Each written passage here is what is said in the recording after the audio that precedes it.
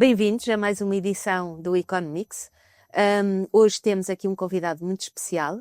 Temos hoje em estúdio o Jorge Barosa, que é presidente da Airo e que é também, não é presidente, mas administrador da empresa Barosa, mas ele vai-nos explicar com mais detalhe este universo de que ele gera aqui nas Caldas da Rainha. Obrigado, Jorge, por teres vindo, teres aceito o nosso convite, mas a pergunta inevitável que se põe é uma pequena apresentação, quem é o Jorge Barosa? Boa tarde a todo o público, boa tarde pelo convite. O Jorge Barosa não gosta de se apresentar a si próprio, primeiro que nada. Gosto que as pessoas falem sobre mim, eu não gosto de falar sobre mim. Mas pronto, aqui uma pequena introdução. Sou uma pessoa que, no meu contexto laboral, sou empresário na área alimentar, na área de turismo. Atuo neste mercado praticamente desde que nasci. A empresa que o meu pai fundou foi em 1975, eu nasci em 1970, portanto desde os 5 anos que vivo no mundo empresarial. E foi assim que eu aprendi a viver na minha vida, ligado principalmente ao setor alimentar, que ainda hoje é a minha área principal, e vivo dentro deste corrupio de compras, vendas, ligações com os nossos clientes, ligações com os nossos fornecedores, em todos os nossos stakeholders. Ter uma empresa familiar é muito diferente de ter uma empresa, de começar uma empresa. Se calhar é difícil responder porque já nasceste lá naquele seio. É difícil de manter o legado da família? É mais difícil do que criar uma empresa sozinho. Tem que se fazer várias gestões, e há uma gestão que é a mais difícil de todas, não é? A gestão empresarial, que é a gestão emocional. Fez. A gestão emocional é uma gestão complexa. Aliás, apresentei, faz agora um ano, no segundo pequeno almoço empresarial que a Airo faz anualmente, que agora vamos para o terceiro, apresentei um gráfico sobre o futuro das empresas familiares. Qual é que é a expectativa de sobrevivência delas? E na terceira geração é muito, muito, muito baixa. Portanto, isto tem a ver com a forma como que se educa os filhos, a forma como quantos sócios estão dentro da empresa, a forma como a empresa foi criada, na sua expectativa perante os futuros sócios, temos de estar sempre a falar nos futuros sócios, claro. Isto é tudo muito complexo. Achas que na terceira geração os miúdos depois já dão aquilo tudo como adquirido, ou simplesmente alguns desligam e não querem dar continuidade? Ou não têm interesse. Porquê é que achas que na terceira geração a coisa se começa a esvanecer? Se calhar já não têm a cultura da raiz da empresa. Okay. Perderam a cultura. Com o passar do tempo? Com o passar do tempo perde-se a cultura. A larga maioria perde a cultura. Nós temos uma associação em Portugal, que é a Associação das Empresas Familiares, que tem consultores para trabalhar dentro dessas áreas. No nosso caso, nós da empresa Barosa também o fizemos. Mas isso vale o que vale. Em Espanha, isso chama-se um protocolo familiar.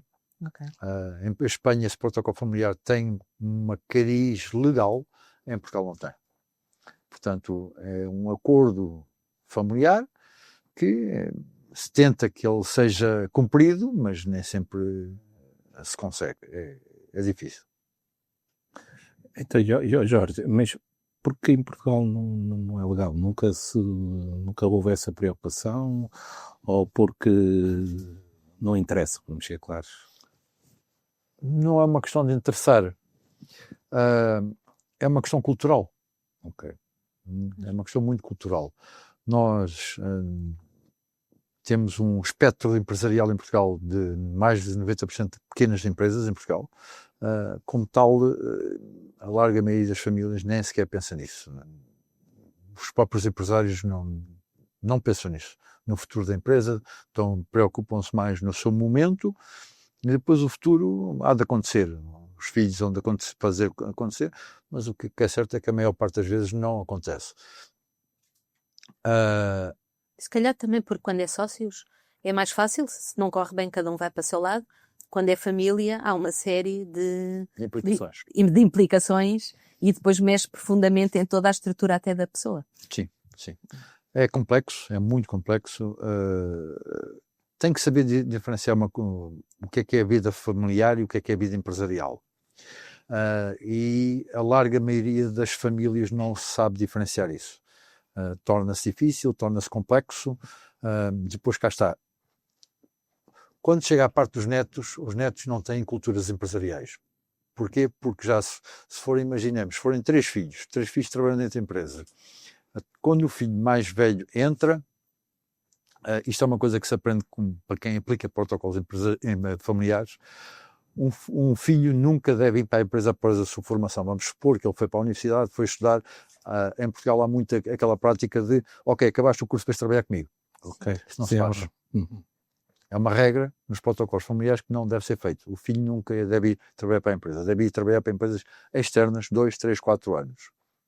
Para quê? Para aprender o que é a vida, aprender como é que se tem as culturas de outras empresas, para depois já vir com ideias para dentro da empresa para onde vai familiar. Claro. Okay. E poder ser uma renovação e não ser quase um peso nem para ele nem para quem está lá. Não é só uma renovação, é ser uma mais-valia, que é mais importante do que ser uma renovação. É ser uma mais-valia, porque as empresas precisam de mais-valias. De pessoas que venham com uma cultura que queiram dar força empresarial. Okay. Acho que um dos grandes problemas deve ser que, de facto, e aqui a questão da formação, que é uma coisa que eu insisto muito, mas que de facto há muito pouca formação, ou há poucos empresários a procurarem informação, e então neste nicho da familiar se calhar ainda maior. É maior porque somos quase todas as empresas dentro deste nicho. Mas em Portugal somos quase todos. São muito poucas que não são familiares. Muito, muito poucas. Mas mesmo as que não são familiares, por vezes têm mais sucesso na criação de riqueza empresarial do que a empresa familiar. Porquê? Porque olham para a empresa de uma forma sempre financeira, de uma forma construtiva. As famílias... vamos aqui, chega ao fim do mês, um filho pede aos pais, eu quero trocar de carro, vocês têm que me dar outro carro, mas agora não pode ser, mas a empresa está a ganhar dinheiro, tens que me arranjar outro carro. Okay. Isto confunde-se muito o que é a empresa, o que é a família. Pois, está aqui uma confusão muito grande. Por isso é que isto tudo deve-se à forma como os pais educam os filhos e os fazem crescer na vida. Eu tive um pai que foi rígido comigo nesse aspecto e eu só tenho bem a dizer dele. Foi de pequenino lá para o escritório para perceber como é que as coisas são? Não, o meu pai queria que eu estudasse, eu decidi com 19 anos que não queria estudar mais, o meu pai fez-me sofrer muito na empresa, com trabalhos duros, para ver se eu desistia de trabalhar, que ele queria que eu voltasse a estudar, e eu nunca desisti, até que ele... E ele percebeu, não, ele é mais teimoso que eu. Ele é teimoso, não vale a pena. Não vale a pena. Mas sempre fez-me distinguir muito o que é, o dinheiro da empresa e o que é a dinheiro pessoal, o que é a estrutura da empresa e o que é a estrutura pessoal. Mas ele ganhou? Não. Ganhou depois. Ganha sempre. Os pais acabam sempre por ganhar. Depois, e verdaste pronto, também foste fazer os teus estudos, certo? Fui fazer os meus estudos mais tarde. Já com outra bagagem? Com outra bagagem, com outra perspectiva de vida. Claro. A minha mulher tinha muita formação, já, além da faculdade tinha outras formações, e virou-se para mim, mas tu não queres estudar, não queres... E eu cheguei a um ponto da vida, ok, vamos embora, vamos para esse caminho, vamos para tomar esse rumo. Nunca me achei burro, foi um momento da minha vida na altura que eu não quis estudar, porque não, maluqueiras jovem. Não era a altura. Não era a altura, depois mais tarde decidi estudar e pronto, concluí a escola e... Se não fosse a minha vida, provavelmente hoje ainda estudava mais um bocado. Mas a pessoa toma-lhe o gosto. É engraçado, há coisas interessantes. Tornei-me amigo, muito amigo mesmo, de um professor que me deu a minha primeira negativa. Ele deu-me aulas na área financeira, deu-me uma negativa, eu fiquei com raiva, não dele, mas de ter tido aquela negativa, e que ele viu o gozo com que eu, o nervosismo com que eu me empenhava nas coisas para conseguir destornar aquela negativa, e ele achou piada a minha forma de estar, e ajudou-me bastante, inclusive ajudou-me no meu trabalho final de curso. Deu-me um livro ele ofereceu-me um livro que me deu suporte para eu fazer o meu trabalho de final de curso. Foi engraçado, dado por um professor. Há pessoas que às vezes ajudam-me da nossa vida. Afinal, os professores até somem dos alunos, não é? Não tenho queixa, praticamente, não. Há esse estigma. Mas Não. eu também sou suspeito, como também sou Não. Tu és professor. professor. Sim, Tu és professor. Mas ajudo muito os meus alunos, ajudo, Eu- digo já, ajudem muito. a faculdade, como eu já fui mais velho, eu gostei muito dos professores que exigiam muito. Ok. Os que não exigiam foram pessoas que me passaram na vida e se calhar nem me lembro do nome deles. Claro, Ok. claro. Se aqueles que iam lá passar as horas e dar a sua aula e iam-se embora, foram pessoas que não criaram qualquer tipo de ligação na minha mente. Sim. Aqueles que foram bastante exigentes e que estavam lá como gosto Sim. profissional, houve deles que me marcaram, sim. Isso é muito bom. Mas a tua vida depois seguiu, eu já te conheço há algum tempo, tivemos a oportunidade até de fazer um estudo sobre aí uma instituição de saúde para ver se andávamos a voltar a uma associação mutualista aqui das Caldas.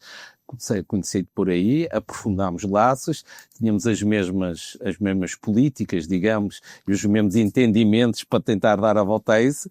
Eu sou um bocado suspeito porque temos privado e bem, digamos, em algumas temáticas sobre a economia. Mas tu, sendo agora, não disseste, eu digo Presidente Airo, não é? Como é que tu consegues gerir isto tudo? É complexo. Isto é com muita gestão de tempo, mas é complexo. Esse tempo, quando nós estivemos envolvidos nessa associação, o nosso papel era mais simples, não nos ocupava tanto tempo. Nós estávamos lá praticamente a olhar números financeiramente, para tudo, não tínhamos um papel de gestão nem decisores. O nosso papel era apenas um papel de colaborativo para a direção, para os ajudar a tomar os melhores caminhos, e foi sempre isso o nosso papel. Nunca passámos desse papel, mas foi interessante porque éramos 3 pessoas, praticamente estávamos a olhar só para números e a tentar entender todo o universo de perspectivas para onde é que aquela instituição poderia ir. Após isso, surgiram várias situações dentro da Airo. Eu fui para a Airo com a doutora Ana Maria como presidente, para ingressar como diretor da Airo. Tive um mandato e meio, quase 2 mandatos, mandato e meio com a doutora Ana Maria como presidente. Ela depois, por razões pessoais e profissionais, decidiu abandonar a Airo e deixou-me ali entalado, vamos chamar assim. Eu fui assim um bocadinho, fui um convidado assim empurrado. Convidado forçado, um convite forçado. Um convite forçado a tomar a presidência da Airo. Foi algo que eu nunca estudei, pensei, nunca teve nos meus planos. Aconteceu. Eu não quis na altura, mas acabou por acontecer.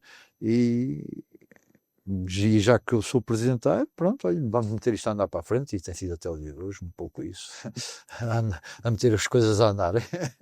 E vamos falar mais, com mais detalhe sobre a Airo, mas agora vamos fazer um pequeno intervalo.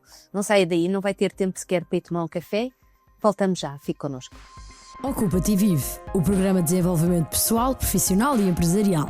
Ocupa-te e vive, uma experiência simples, poderosa e muito significativa. Bem-vindos à segunda parte do Economics.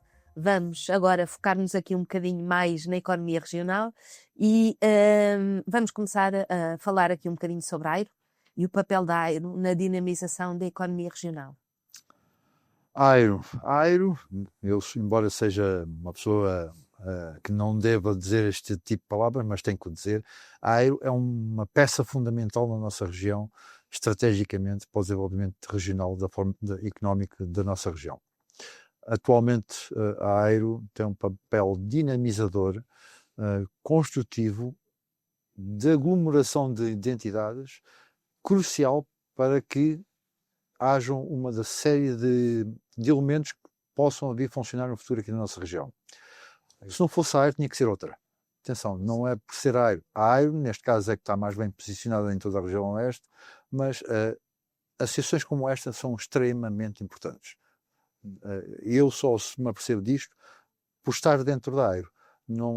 Antes de estar dentro da Airo, não me apercebia da capacidade e do potencial que estas associações têm para as dinâmicas empresariais nas regiões. Contudo, não é fácil também, pois não? É um caminho difícil.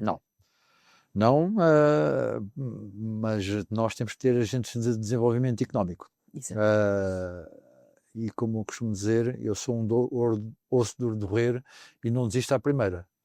Já me vi muitas portas fechadas, já vi muitos caminhos a serem desviados, mas vamos procurando outros e vamos alcançando. O que é certo é que, com muita persistência, muita mesmo, muitas vezes com algum desânimo, mas conseguimos atingir sempre os objetivos praticamente que nós propomos a nós próprios. E temos agora esta grande novidade da Startup Oeste, não é? A Startup Oeste foi mais uma criação AIRO, que a AIRO decidiu se envolver para se descentralizar na região. Nesta minha no meu segundo mandato, houve críticas internas dos diretores, porque nós somos 7 diretores e, por acaso, todos empresários, todos donos de empresas, praticamente, e as discussões são muito profícuas. Nós não estamos lá para discutir nem futebol, nem política, nem outras coisas, estamos lá para discutir o futuro da AIRO e os caminhos da AIRO.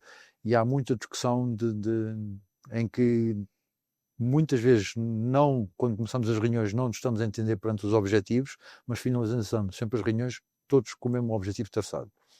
E uma das questões que foi colocada por várias vezes era a AIRO estava muito centralizada nas Caldas Rainha. Era uma associação para o Oeste, mas centralizava tudo nas Caldas Rainha. E levámos algum tempo para desenhar um modelo de como é que nos havíamos de descentralizar. E estamos a tomar este caminho de descentralização. Fomos para o Conselho de Alcobaça. O Presidente Hermínio já nos tinha desafiado. Nós temos esta ousadia de pensar diferente, vamos chamar-lhe assim, e pensámos diferentes, conseguimos. Ele está muito grato e nós também estamos muito gratos pelo todo o apoio que ele nos tem estado a dar. Vamos agora fazer, dia 4 de fevereiro, o pequeno almoço empresarial, que também é um formato descentralizado. Quarto ano, não é? Terceiro ano. Terceiro ano. O primeiro ano foi em Óbidos, o segundo ano em Alcobaça, este ano vamos fazer no Lourinhã. E para o próximo ano iremos fazer noutro concelho qualquer. E o que é que vai acontecer no pequeno almoço? Um borbulhar de ideias. Eu não posso estar agora. Este pequeno almoço é algo que... Isto é um evento para quem nunca foi. Isto é um evento que normalmente, eu falo isto porque eu já fui a esse tipo de eventos, a vários. Normalmente este tipo de eventos acontece em Lisboa e no Porto. E nós na AIRO decidimos que a centralidade não é só Lisboa e Porto, a centralidade também é o Oeste. Então este evento é um evento para todos os empresários, tenham eles a dimensão que tiverem, que queiram ver o futuro económico do seu país, da Europa e do mundo, falado por uma pessoa que tem uma experiência muito grande nesta área, que é o professor Dr. João Duque. Para quem não conhece, é o presidente do Instituto Superior de Economia e Gestão, uma pessoa que vai muita comunicação social, e é uma pessoa que tem uma capacidade de análise de visão e de números, porque eles têm acesso a números e estudam muito estes números. Ele vem-nos apresentar de uma forma muito sintética e de uma forma muito fácil quais as perspectivas que os empresários podem ter para este ano que vamos entrar. É isto que ele nos vai fazer, de uma forma simples, eficaz, em que qualquer empresário irá compreender, mesmo que não compreenda alguma frase que ele possa vir a dizer, no momento de perguntas e respostas poderá colocar questões, para que o professor Dr. João Duque assim responda. É um momento muito... como é que eu vou explicar? Muito desinformal. É um momento extremamente informal. Começa com um pequeno almoço. Esse pequeno almoço é um pequeno almoço em pé. Para quê? Nós fazemos já de uma forma propositada para que as pessoas possam fazer networking umas com as outras. Estão a tomar o seu café, comer o seu bolinho, o seu croissant, e estão em contato com outros empresários, com outras entidades, para se conhecerem, para trabalharem conhecimentos e, quem sabe, fazer negócios. Que é isto mesmo, a vida é mesmo assim. Depois desse pequeno almoço informal, o professor Dr. João Duque fala durante mais ou menos 1h30, vem ensinar-nos, dar-nos a sua sabedoria. Após essa sabedoria, fazemos mais um momento de networking para as pessoas poderem antes ir para casa ou só para as suas empresas tomar mais um chazinho, fazerem mais um pouco de networking e ir embora. É algo que é diferenciador na nossa região, e cá está mais um modelo descentralizado da AIRO. Eu estive o ano passado e confesso que fiquei impressionada com a quantidade de empresas que estavam lá. E é uma hora que é cedo, é muito cedo, atenção. A minha primeira pergunta para mim própria quando cheguei foi: como é que eles conseguiram chegar todos tão cedo? Normalmente os eventos começam mais para as 10, este pequeno almoço começa muito mais cedo. Mais cedo. Isto está-se a tornar engraçado. Já tenho confirmação de algumas pessoas este ano que vão ao pequeno almoço, por elas próprias, que já vão daqui das Caldas e da Alcobaça e da Medita para Lourinhã. O primeiro ano foi um ano em que foi um convite que nós tivemos que andar a forçá-lo muito, porque as pessoas não conheciam, não sabiam para o que iam. Era a própria AIRO que teve que estar aqui a puxar as pessoas para irem lá. O segundo ano já foi mais facilitado. Este terceiro ano, muito mais facilitado irá ser. E a partir daqui só vejo sucesso neste evento. Não vejo outro caminho, porque as próprias pessoas depois, ao falarem umas com as outras, vão transmitir umas às outras: olha, vai lá, porque aquilo é muito interessante. Então é que é para continuar anualmente. É um projeto vosso de continuação. Não vejo outro caminho. Okay. Projetos destes, quando iniciam, não é para parar. Okay. Há uma coisa curiosa aqui na conversa, não sei se calhar não reparaste, mas eu tenho estado a reparar, que o Jorge Barosa fala sempre em tudo em relação ao futuro. É verdade. Para, passado, nem aconteceu quase na conversa, apresenta um bocadinho, mas é sempre tudo o futuro. E é interessante, porque muita gente fixa-se de facto muito no presente, e é giro porque a visão é sempre: ok, agora é isto, mas isto vai continuar, e isto é sempre o futuro. E é uma visão e é uma maneira de estar ou de olhar para as coisas, eu acho que é muito interessante e inteligente. E isto passa por uma questão que a mim me preocupa, acho que a todos, que é a questão do futuro da região e da economia e do futuro da região. Como é que olhamos para tudo isto? Eu sou uma pessoa muito otimista. Como tenho conhecimento de projetos que estão agora a arrancar e projetos que estão a se desenvolver, olho sempre como uma visão otimista no futuro. Aliás, eu tive ontem à noite já a começar a preparar o meu discurso para o dia 4 e falo exatamente sobre isso. Os problemas que nós estamos a ter agora mundiais e problemas energéticos. Grandes desafios. Muitos desafios, mas se olharmos de uma forma histórica, nestes momentos foi quando foram criados novas oportunidades de crescimento de novos negócios. Portanto, nós não podemos só olhar para a parte negativa. Temos que começar a pensar dentro do negativo onde é que podemos caminhar para o positivo. E é isto que nós temos que fazer. Atualmente, posso dizer que dentro da nossa organização Barosa estamos com uma visão estratégica de mudança da nossa organização para olhar para o futuro. Eu e o meu irmão também começou com o meu pai criou uma empresa no Algarve, do qual somos sócios já há 35 anos. Estamos neste momento em construção de mais um hotel no Algarve. E dentro da AIRO, estamos neste momento a desenvolver estes esforços e estamos neste momento em reuniões para trazer o futuro para a região oeste. E é verdade, estamos, porque eu estive hoje de manhã numa delas, pela parte do CR9. Sim. E de facto aquilo que se fala é isso mesmo, é o futuro. E não só, e é um futuro que não é sozinho, é um futuro com parceiros e em parcerias, certo? Tem que ser vários. Eu não acredito em construir futuros sozinhos, isso não existe. Nem nada na vida, e quem pensar assim está errado. Para mim, isto é a minha forma de pensar. Nós construímos futuro com outras personalidades, com outras entidades e em conjunto. Assim consegue-se construir futuro. De outra forma não vejo. Mas cada um, é a minha forma de pensar. Então, mas Jorge, tenta, digamos, se puderes e se quiseres, para as pessoas lá em casa também e os ouvintes que estão, digamos, que estão a acompanhar esta emissão, planos e que projetos é que a AIRO tem que tu possas comunicar já?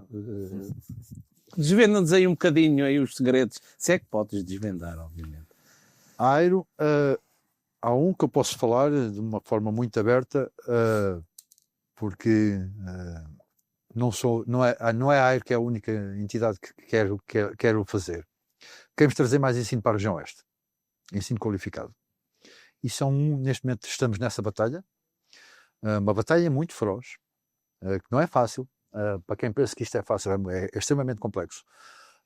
Mas queremos trazer mais know-how para a nossa região. Porquê? Porque isso depois vai funcionar como um efeito de tração. Trazendo mais ensino, as empresas vão querer mais.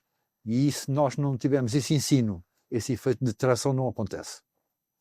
Necessitamos muito, porque há muita falta de mão de obra na nossa região, mão de obra qualificada. Nós não queremos, não queremos. O nosso principal problema não são os doutores e os engenheiros. O nosso principal problema são pessoas qualificadas para fazer determinados trabalhos. Precisamos que existam escolas que qualifiquem essas pessoas para terem competências para fazer esses trabalhos. Obviamente que os doutores e os engenheiros também serão necessários depois para gerir todas essas equipas. Mas a força maior neste momento são pessoas qualificadas. São técnicos qualificados. Técnicos qualificados. Porque as pessoas fugiu tudo para ser doutor e engenheiro, então ficou ali um espaço, um vazio. Um vazio muito grande. Que não é fácil preencher. Não é fácil preencher, mas com a ajuda de várias entidades, esperamos que a AIRO traga a bom porto ensino aqui para a região. Estamos a trabalhar para isso. Depois temos outros projetos internacionais que não posso divulgar agora, porque estamos em negociações para trazer projetos internacionais aqui para a região. Então, e em relação à AIRO, vocês estão sediados na Expo Oeste. Como é que já sei e já vi que já estão a fazer ali pequenos investimentos, trazendo, digamos, um género de incubador, que a AIRO sempre teve isso. O que é que vocês estão a trabalhar nisso? O que é que se pretende fazer com estes novos investimentos, que se calhar podiam ser maiores, não é? Diz-nos, dizer, qual é, digamos, os vossos projetos em relação a isso, nas incubadoras? A Teresa já falou da startup, mas há outros projetos aí elencados, não? Se me permites, Filipe, eu gostava de fazer aqui um bocado de história da AIRO. Okay. Para quem não conhece a AIRO nasceu com um propósito. A AIRO era necessário criar-se uma associação, na altura, industrial. O primeiro nome dela foi a Associação Industrial da Região Oeste, para criar o Sencal. Portanto, o Sencal foi o motivo de criação da AIRO. A AIRO faz parte dos organismos de direção do Sencal, ainda hoje. Porquê? Porque a AIRO foi a entidade que foi criada para criar o Sencal. Além do Sencal, a AIRO criou a Escola Técnica Empresarial do Oeste. A AIRO criou a primeira associação para fazer a fundação da ESAD, da Escola Superior de Arte e Design. A AIRO está envolvida em múltiplos projetos na área de ensino. A AIRO é fundadora da rede de incubação de empresas em Portugal, é fundadora. Ou seja, a AIRO tem na sua gênese o ensino e a criação de empresas. Faz parte da gênese da AIRO. Ainda hoje é assim. De múltiplas reuniões que nós tenhamos, há sempre um assunto qualquer que toca nisso. Sempre, sempre, sempre. Porque faz parte da gênese da AIRO. Nós queremos mais. É só isto que nós queremos. É mais. E temos sonhos. Sonhos que às vezes extremamente complexos serem realizados, mas nós temos que sonhar. Gostávamos de ter outro tipo de incubadora, gostávamos de ter outro tipo de salas de ensino, gostávamos de ter... Portanto, mas estamos a trabalhar para isso. Apenas quer dizer que temos projetos, temos muitos sonhos e estamos a trabalhar para que eles se concretizem. Ainda bem, ok. Sim, senhora. Obrigada. Estamos a chegar ao fim do nosso programa. Não sei se queres deixar uma última mensagem para quem nos está a ver e a ouvir, antes de encerrarmos. Sim, para quem não é associado da AIRO, estas associações só fazem crescer a região com pessoas, com entidades, com empresários, pois só assim em conjunto é que se consegue ganhar dinâmicas naturais para fazer crescer a região. Se não é associado da AIRO, associe-se e junte-se a esta força, porque a sua empresa também vai crescer com isto. Obrigada por ter estado aqui hoje. Obrigada a todos por terem estado desse lado. Voltamos daqui a 15 dias com mais um programa e mais um convidado. Até lá. Até lá.